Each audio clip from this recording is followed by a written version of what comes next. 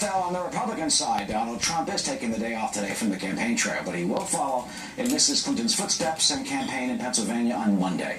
But you know, he's already looking forward to those debates in the general election. That first one will come at Hofstra University on September 26th. And he is accusing, though, the Hillary Clinton campaign and the Democratic Party of rigging the debate schedule.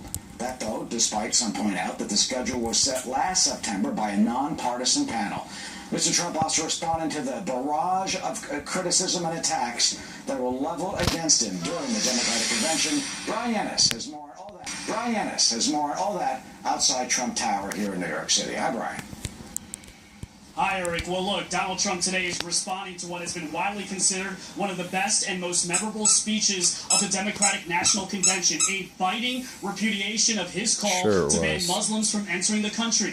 Khizr Khan, who was a self-described patriotic American Muslim, a Gold Star father who spoke about his Army captain's son, Himayan Khan, who was killed by a suicide bomber in 2004 in Iraq. And as Khan stood there, his wife was standing by his side throughout the speech, and Khan memorably pulled out the U.S. Constitution and asked Trump, have you ever read the Constitution? He noted his son, a Muslim American, would likely have not served in the armed forces under Trump's America. He then said of Trump, quote, you have sacrificed nothing and no one. Trump responded for the first time in the interview with ABC this week, saying he has indeed made sacrifices. Who wrote that? Did Hillary's scriptwriters write it? I think I made a lot of sacrifices. I worked very, very hard. I've created thousands and thousands of jobs, tens of thousands of jobs. Trump said that those jobs help bring education to people. He also mentioned in that interview that he helped start a Vietnam memorial here in Manhattan. He said that Khizr Khan was emotional and a nice guy, but then he had this to say about Khan's wife, who was standing there during the speech and is a Muslim American. Listen.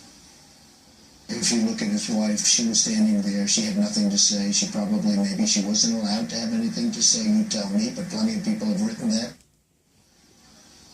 The comments by Trump suggesting she couldn't speak because she was Muslim. Trump said he was repeating what some media articles had written. Meanwhile, Trump on Twitter today said the 3 upcoming presidential debates are rigged against him.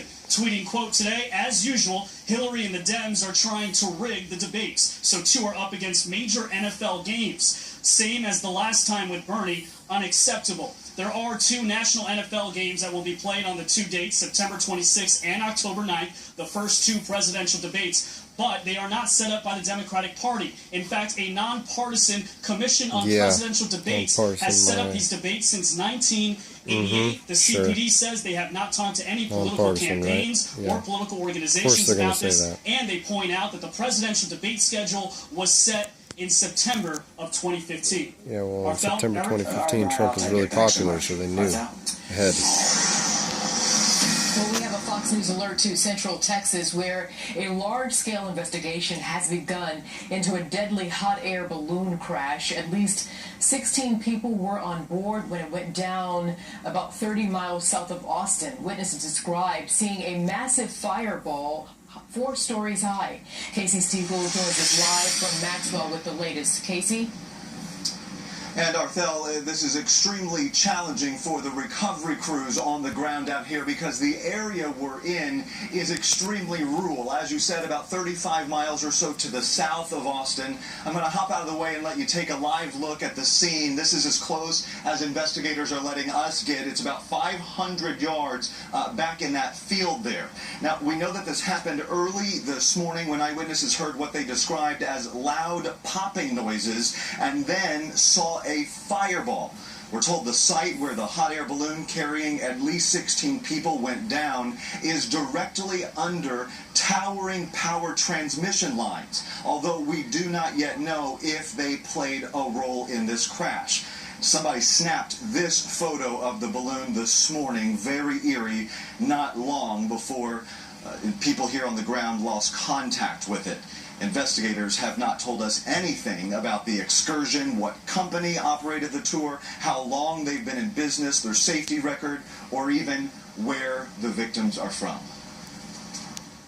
To the families that may be watching us right now, we offer our thoughts and prayers to all of them, for the loss, and this will be a difficult site for us to work through.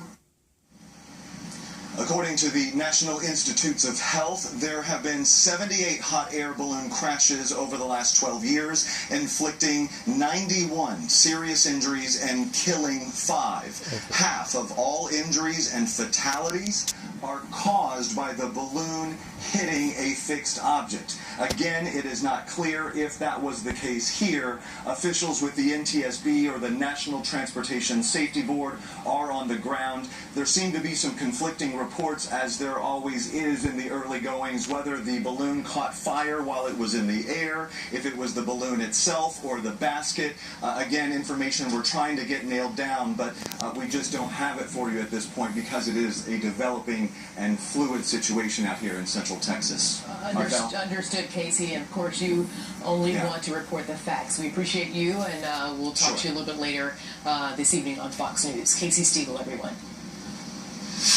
Meanwhile, overseas, more protests about immigration in Germany. A large demonstration in Berlin. Hundreds of